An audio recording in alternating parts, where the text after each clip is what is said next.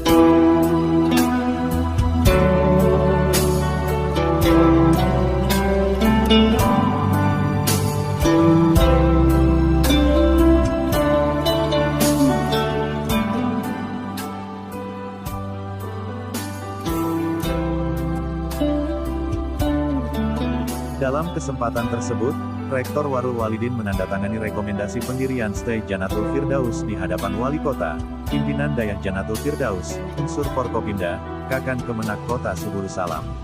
Turut hadir, Kasat Binmas Polres Subulus Salam AKP Asmadi, dan Ramil Simpang Kiri Kapten Infanteri Tommy Maratika, perwakilan Kejari, Kepala Dinas Syariat Islam Muhammad Yakub MS, Kakan Kemenak Kota Subulus Salam Juniasi.